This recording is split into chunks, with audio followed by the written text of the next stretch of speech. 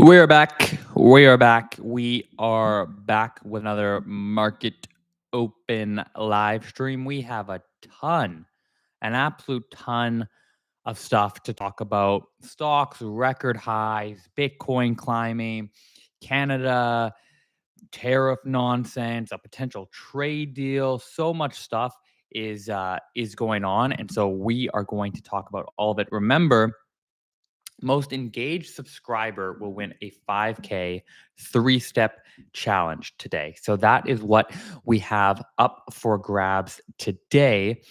Let me just see everything that's going on here. Let me get set up and we will jump right into it. So we posted in the Discord. We're good to go.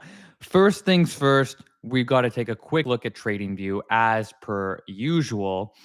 Insane. Bitcoin, 7%, nothing, but you can see we're up to $115,000. Just 2 weeks ago, I told you guys I bought at like 105, 106. So absolutely beautiful weekend move on Bitcoin. Gold, gold is down another 1.6%. The number of retail traders that have gotten absolutely destroyed by gold it's a little painful to imagine. It's pretty wild. Pound yen, not too much. S&P up another 0.8% in futures. The dollar index is down 0.13%. On Friday, we had a nice move on the NASDAQ. The Nikkei hit a record high, I believe, of 50,400. Let's share this guy and go to the 1 hour. Yep, looks like an all-time high to me. So Japanese stock market doing insane things. Coinbase, if you have been reading Pip Munch for a while, which you guys should be reading because it is completely free, you'll know that I love Coinbase. It's a leveraged play on Bitcoin.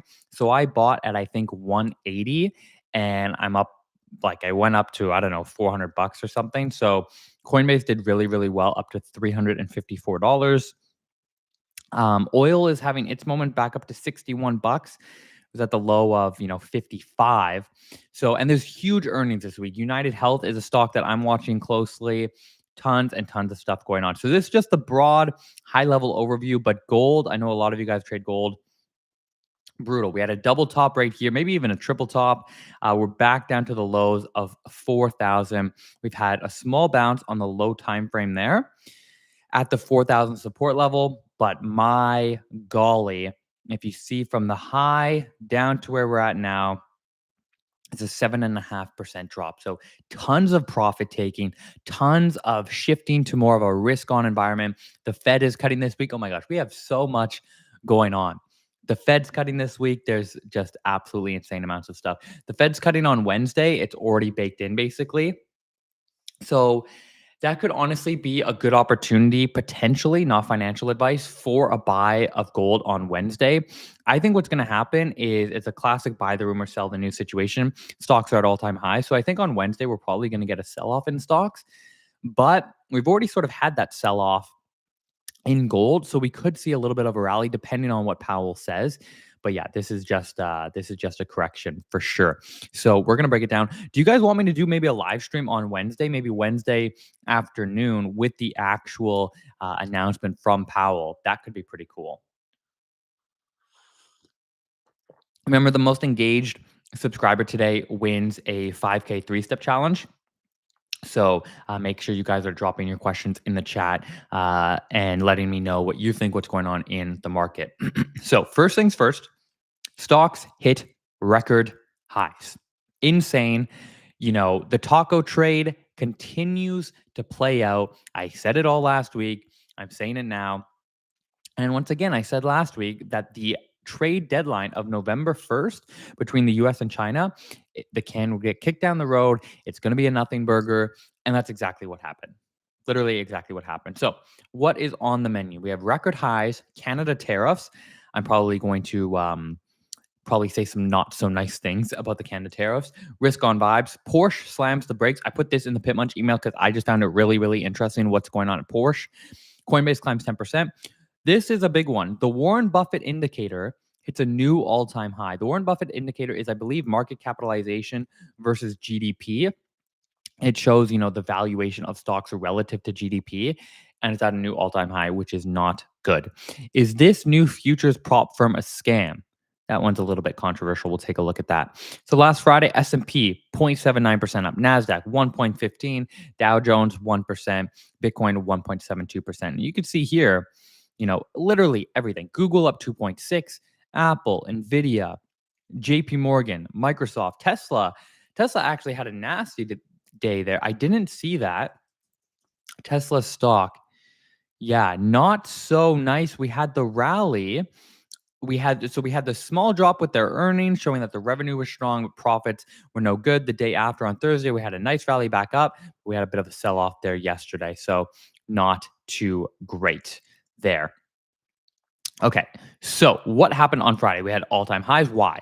Inflation came in softer than expected, and traders are pricing in a 98% chance of a rate cut on Wednesday. So again, remember, this is already baked in. This is already expected. It's priced in. 98% chance of a 25 basis point cut. So we have to remember, lower interest rates equals weaker dollar, but short term, that's very good for stock. So it's not about what the market's doing today. It's about what the market's going to do tomorrow. And not tomorrow, but on Wednesday is going to be that rate cut. And so that's why the market is front running that move, which is why I expect us to see a little bit of a buy the rumor, aka it's already been bought, and sell the news, which could be on Wednesday. So a little bit of a sell off on Wednesday. So that is what's going on there with the Fed. Why does this matter? Headline inflation fell below 2.5%, its lowest since early 2021. So that's good. Obviously, lower interest rates stimulates the economy, but you can't stimulate it too much. Inflation will get out of hand, which is what we saw in the COVID era. Okay, traders are also pricing in another rate cut in December. This one's interesting. I think we're already at on Poly Market. I think we're already at a let me see. We're at a 98% chance. So look at this. So 98% chance this week, $171 million of trading volume, only $4 million of trading volume on the December cut. That'll increase as we get closer, and we're already at a 90% chance. So pretty interesting there how the market is insanely confident. And this could honestly, if we get some sort of negative news, negative catalyst, this could actually really shock the market and lead to an insane amount of volatility if inflation comes in higher than expected, some sort of inflation report, or if the jobs market looks really good. We have a bunch of delays because of the government shutdown, so we're not getting those labor numbers. But if the economy if something looked really, really good, that would maybe slow down Powell's ability to cut rates. That could be sort of a sleeper event because the market has already pretty much 100% cooked this into what it expects is going to happen. So it's just kind of me thinking out loud there. So this led to risk on mode. Nvidia, Apple, and Microsoft led the charge. So like I said, buy the rumor, sell the news is kind of what I'm expecting here for Wednesday. Okay. Trump hits Canada with a 10% tariff. Again, I'm Canadian, so I'm just going to share my perspective on this. But Canada is getting exactly what it deserves. I actually want to pull up the breakdown here on Morning Brew because it went a little bit more in depth into exactly what was behind this 10% increase. Super Bowl ads are notoriously expensive to run, but a commercial aired by the province of Ontario during the World Series may prove more costly than ever previously imagined. What is going on up there? To get the attention of U.S. audiences, Doug Ford, the Conservative Premier of Ontario, commissioned an ad featuring audio from a 1987 speech in which then President Ronald Reagan said he didn't like implementing tariffs because they hurt every American worker and consumer. The government of Ontario, this is the insane part, planned to spend $75 million broadcasting it to the states. Then the Toronto Blue Jays, based in Ontario, punched their ticket to the World Series, making the province a bit more relevant than usual to Americans. The ad displeased the president. On Friday morning, President Trump took to Truth Social to condemn the commercial, saying it misrepresented Reagan's position on tariffs and that it was meant to influence the Supreme Court before a hearing on the legality of many of Trump's tariffs next month. So a lot of Trump's tariffs are headed to the Supreme Court. He wants them to go through. Obviously, the Supreme Court is going to decide whether or not they're constitutional, if he's allowed to do it. And so he was saying that Ontario was running this ad to try and influence their decision leading up to it next month. So, an escalating series of events followed. President Trump halted all trade talks with Canada over the ad. Doug Ford said he had spoken to Prime Minister Mark Carney, who is actually in charge of Canada. Mark Carney's the prime minister. And as a result, he would pause the commercial on Monday. But that meant it aired during the World Series games on Friday and Saturday night. So he said, yeah, I'm going to stop it on Monday, but there was already 2 games where it ran. In retaliation, Trump announced a new 10% tariff on Canada. Good. Absolutely fantastic. The fact that the government is willing to spend $75 million of taxpayer dollars. This is our money that is being spent on this stupid ad. So Canadians are being hurt by wasting, as Canada always does, our taxpayer dollars. And then number 2, hurting Canadians even further by this being by having added tariffs. Okay, so once again, Canada absolutely deserves what it is, what it's going to get. You know, we've made our bed, we need to sleep in it. Absolutely ridiculous that they would spend that amount of money. There's so much homelessness, there's so much crime, there's all sorts of problems. The fact that they're going to spend $75 million on running a dumb ad in the US is just ridiculous.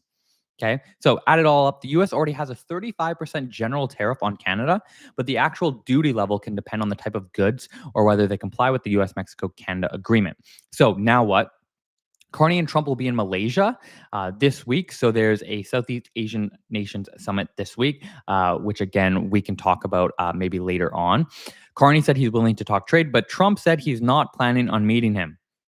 As for the World Series, it's tied 1-1. So totally insane that it's hard to fathom that, I don't know who's running the show here, who thought spending $75 million was smart. And now as a result, Canadians are going to get further burned. Our economy is in the absolute sham.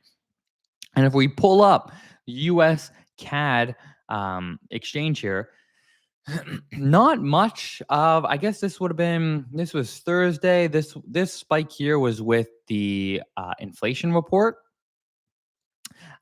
So I don't think there was really much of a reaction at all from this, which is kind of interesting. I would have expected a little bit more of a spike, a little bit more price action volatility. But the market's not quite open just yet. So a little bit interesting there. Let me take a look at the chat here. Amila, no spamming.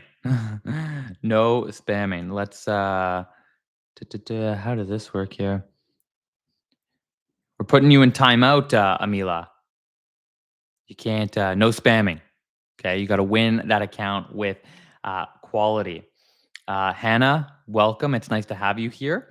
Newton, Canadian labor market isn't looking great either. No, the Canadian labor market is not looking good. The highest unemployment rate since well over a decade now. The youth unemployment rate, 15 to 24-year-olds, are really having a hard time. So, yeah, not good. Why does Trump refer to Canada as another state?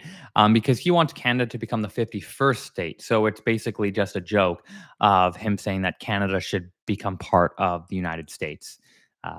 So that is, yes, I am Canadian. Fortunately or unfortunately, depending on the day that you ask. Your live is too laggy. Anyone else facing the same issue? Yeah, I'm sorry about the lag, but we're going to improve it over time. Okay, so let's come back to here. So that's what's going on with Canada and all that tariff nonsense. Let's talk about Bitcoin. Bitcoin breaks higher as gold fades. So this was breaking news over the weekend, which really helped Bitcoin pump. China's top trade negotiator says a consensus has been reached with the U.S. Open the overnight market. So a potential trade deal coming up. Ripped past 113,600. Now it's 115. So you could see how quickly things are actually moving. Yeah, I'm sorry that it is lagging a bit. I need to work on that, but I apologize. So gold slump, classic profit taking after a monster rally and a shift towards risk on assets. Meanwhile, Bitcoin's bounce is getting a tailwind from rate cut optimism heading into this week's Fed decision. So again, everything works together, right? The profit taking, the rate cuts, which we've already talked about, the weaker dollar, all of it works together You bring all these things together to come up with your trading idea. And I mean, the gold trade's been the easiest trade of 2025. Bitcoin as well. Bitcoin's not up that much year to date. I don't know, is it 20% or something? Bitcoin USD year to date, we're up 23%. So still an amazing year, but a bad year relative to how Bitcoin has performed in the past. Here's what's going on. Investors are rotating out of gold and into crypto as risk appetite improves. Remember, with that trade deal, with rate cuts coming, all sorts of different stuff. What else? What other catalysts do we have? Stocks already at all-time highs. We're really just in a risk-on environment. Everything boils down to that.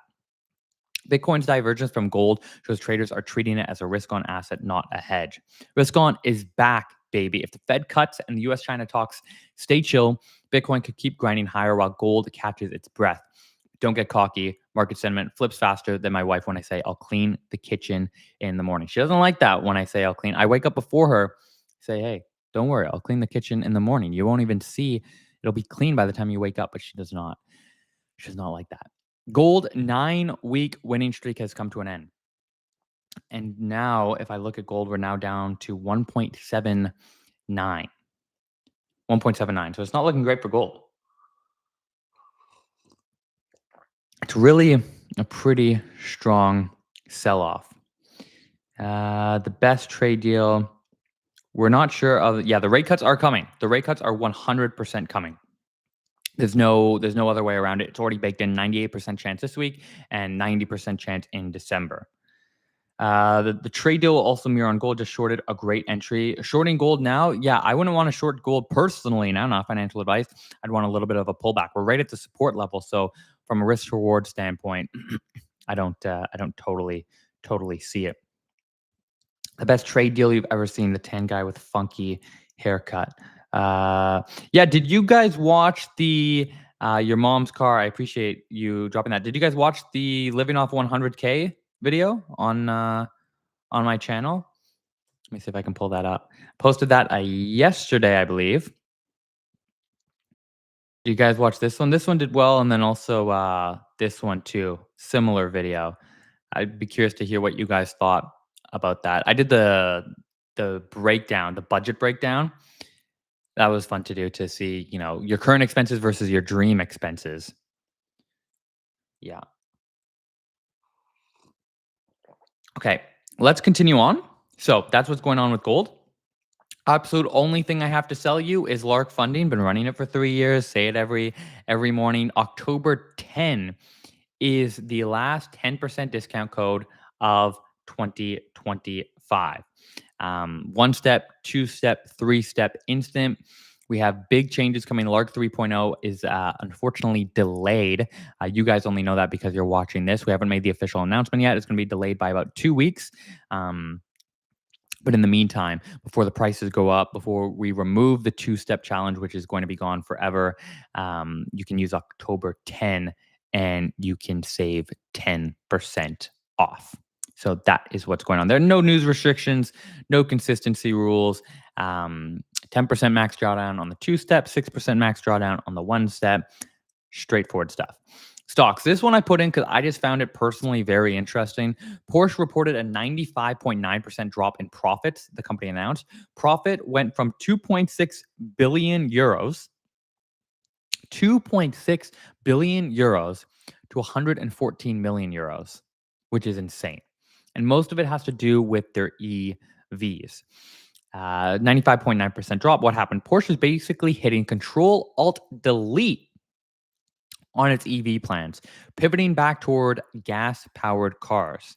The company poured cash into restructuring and R&D, which crushed short-term profitability but didn't reflect a collapse in demand. Revenue only dipped about 6%.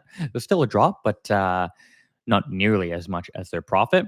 Here's why it matters. This is a broader sort of vibe check on the EV sector. Porsche's move signals a slowdown in EV hype. If a luxury automaker says meh to electric cars, smaller players might follow, which I think is absolutely true. Expect ripple effects through Europe's EV suppliers, fewer battery orders, more combustion components. Investor mood. Surprisingly, the hit didn't cause panic yet. Suffered its first quarterly loss since IPO. If I pull up the stock, I don't know what their symbol is. Oh, it's just P911. Yeah. Look at that guy. It really didn't um it really didn't move. It really didn't move, which is pretty fascinating. No one wants an EV Porsche. That's funny. Yeah, I mean, if I'm gonna buy a Porsche, I want it to be loud. I want everybody to know that I'm driving a Porsche. I don't want it to be quiet. So the nice thing about electric is it's fast, you know? I think all of these supercar, luxury cars, and there needs to be sort of a hybrid model, and Lamborghini was doing that as well because it's just insane that, they're getting, a Tesla next to it has faster acceleration. So you need some sort of hybrid technology where you still have, the nice sound. It's got to be loud if you're spending that kind of money, but it has to be able to be. It needs to be faster than a Tesla. So, yeah, pretty interesting on. So I thought that was cool, so I put that in there. Let's see what's going on with these stocks. So Ford had a crazy day. The stock ripped 12% higher after smashing profit and sales expectations. But again, here EV demand stalls, right? So if we pull up the stock, let's see here. Yeah, you could see insane for like a blue chip stock, but that dividend yield of 4.34%, low PE ratio, over 5 days is up almost 16%. Year to date, we're up 43%. So it's been an insane year for Ford. You would just think, oh, what a boring company.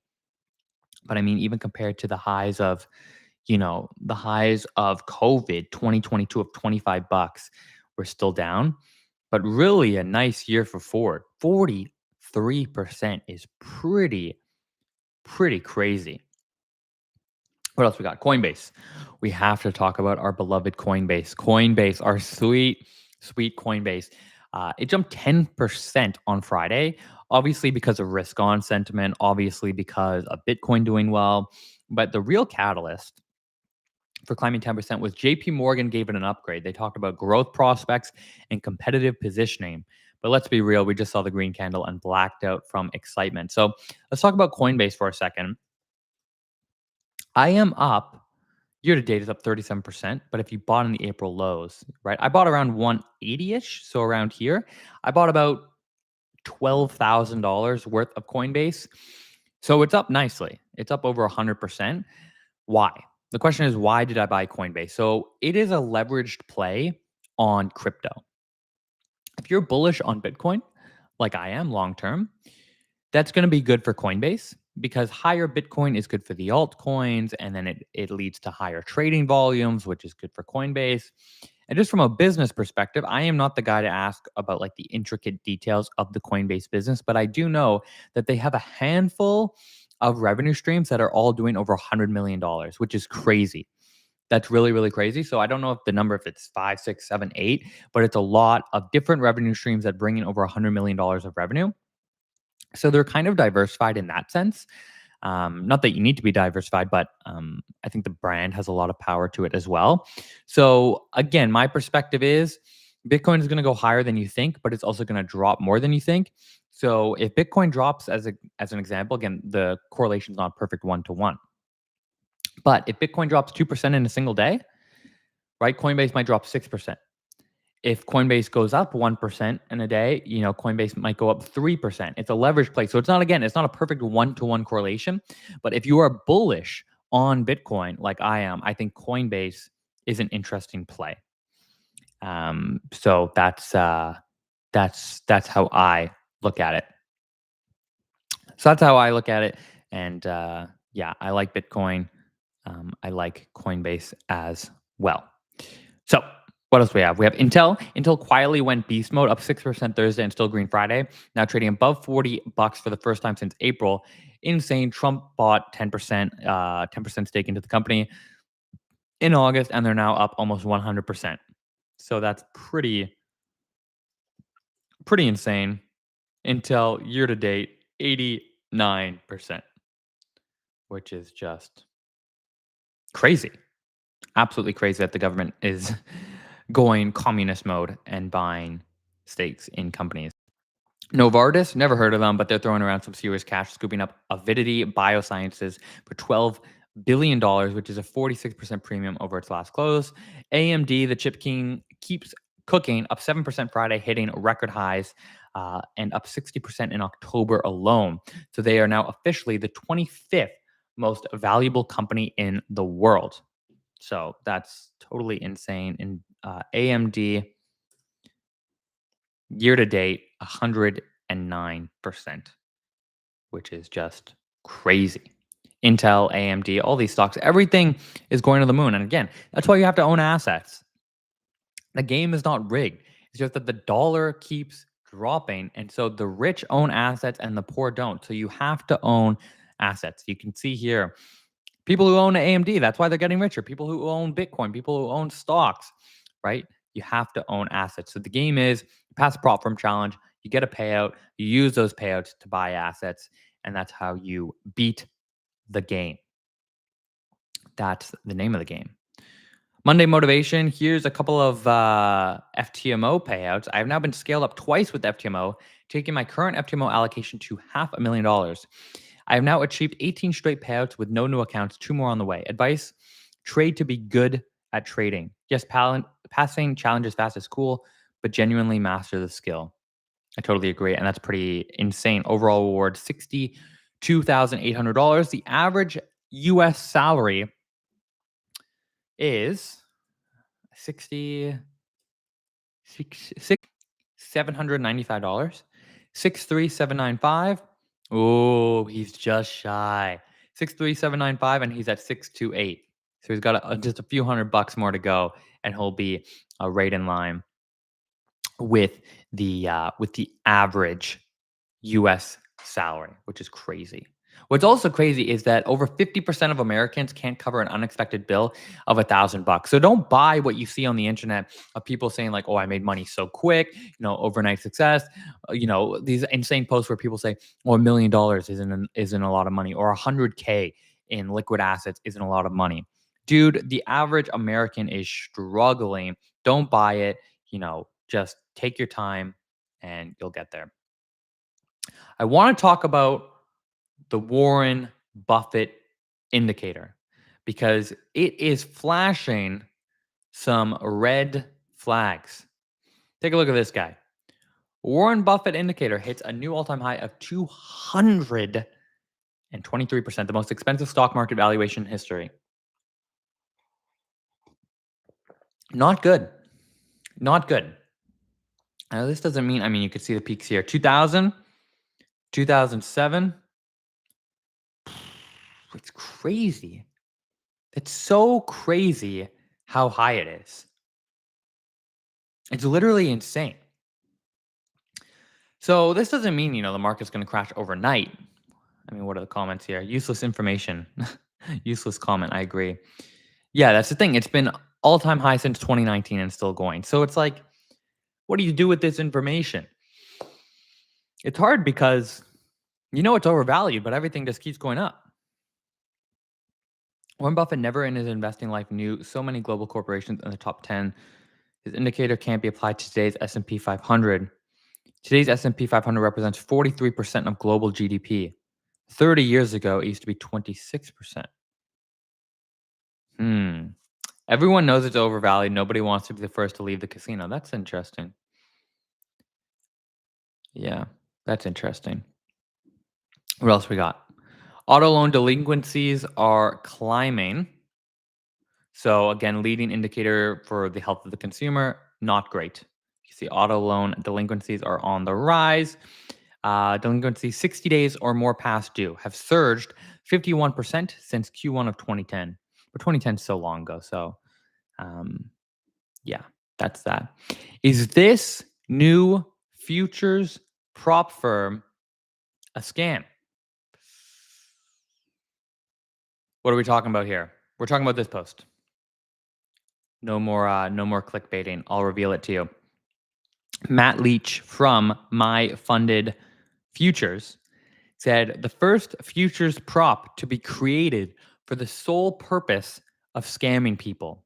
Avoid. They're called the Funding Futures. I've never heard of them.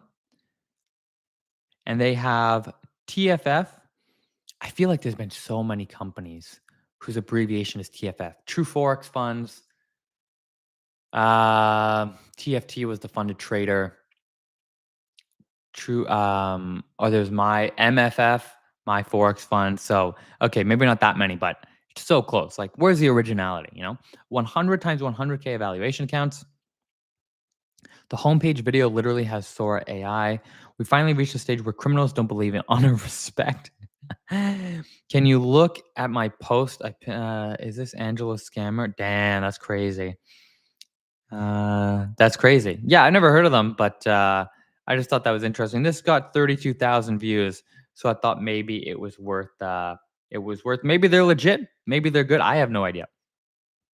But I just thought that post was interesting. What else do we have going on here?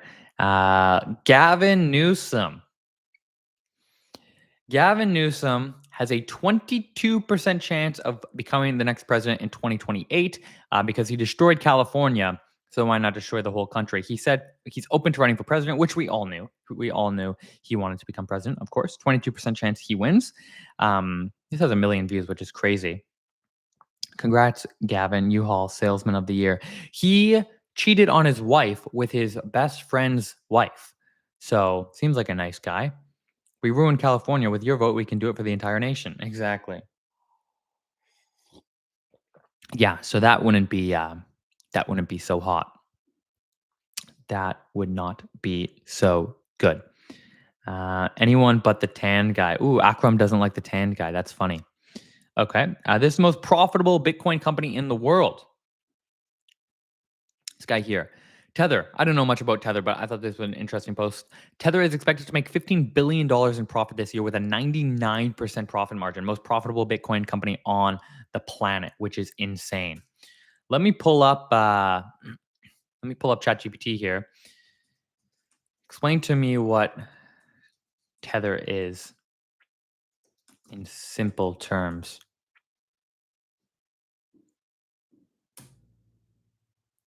See what ChatGPT has to say.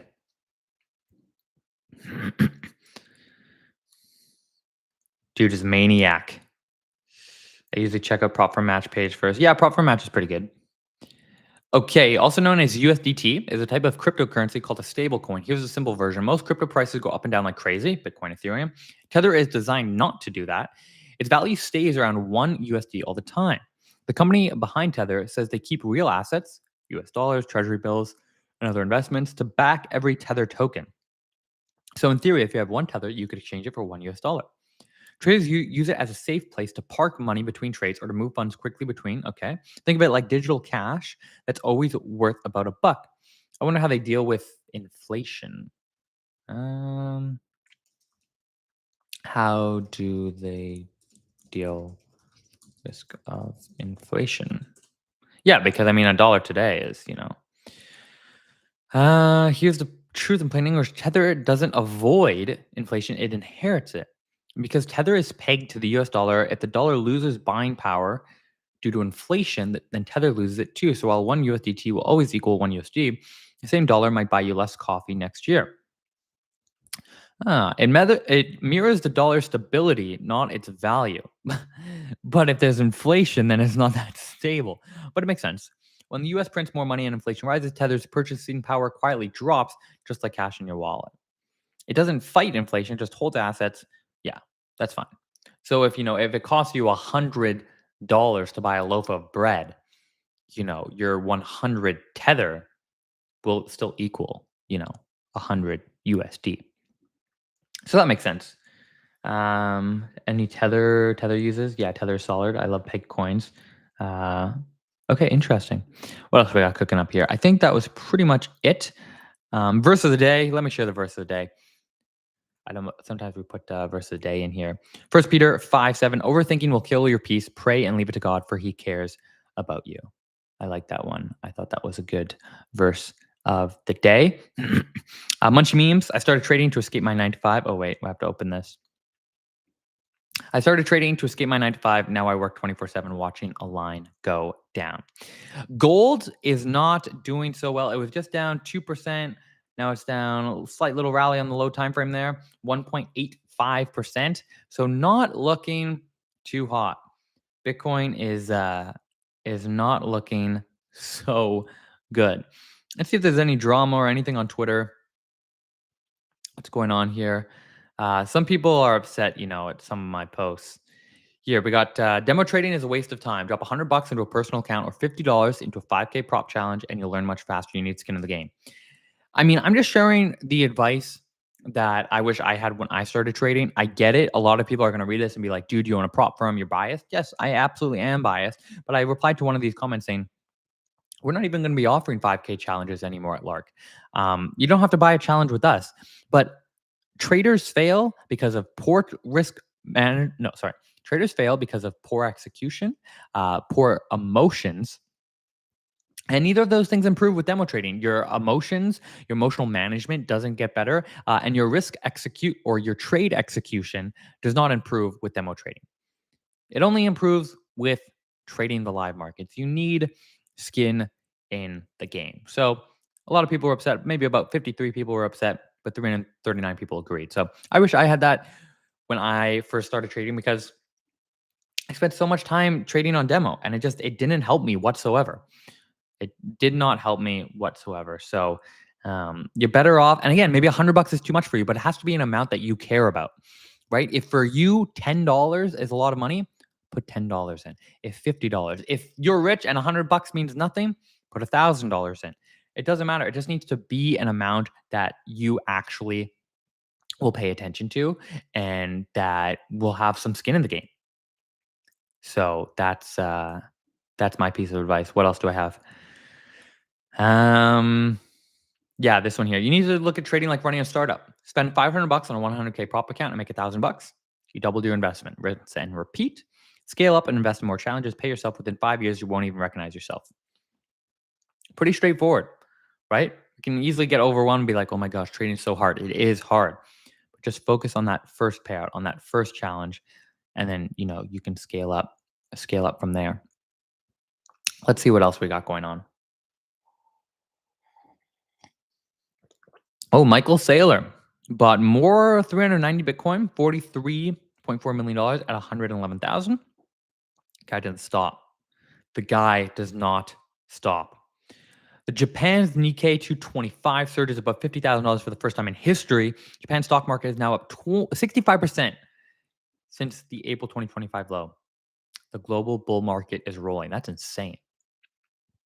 Warren Buffett's Berkshire Hathaway is now sitting on over $344 billion in cash. Oh my goodness.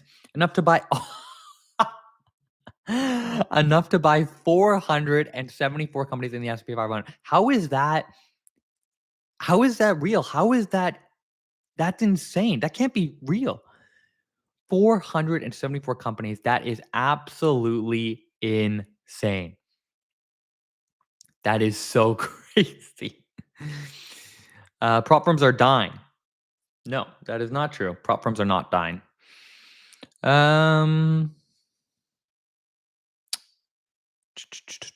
What else we got going on here? Nice little payout there, 15K. Bulgaria sold 213,500 Bitcoin in 2017. Yeah. Oh my gosh, at today's price, it could have wiped out their entire national debt. That's insane. Japanese stock market again. Warren Buffett. My worst nightmare. Nice. 2:45 p.m. Only 40 years left. Brutal. Okay, that's what's going on here. Do you guys have any questions? Prop firm questions? Anything? Prop firm questions? Trading questions? Comments? Suggestions? Insults? You name it, I'll take it. What else do we got on here? Let me see if we can find anything else that's interesting. There's the IFX Expo in Hong Kong going on right now. Interesting.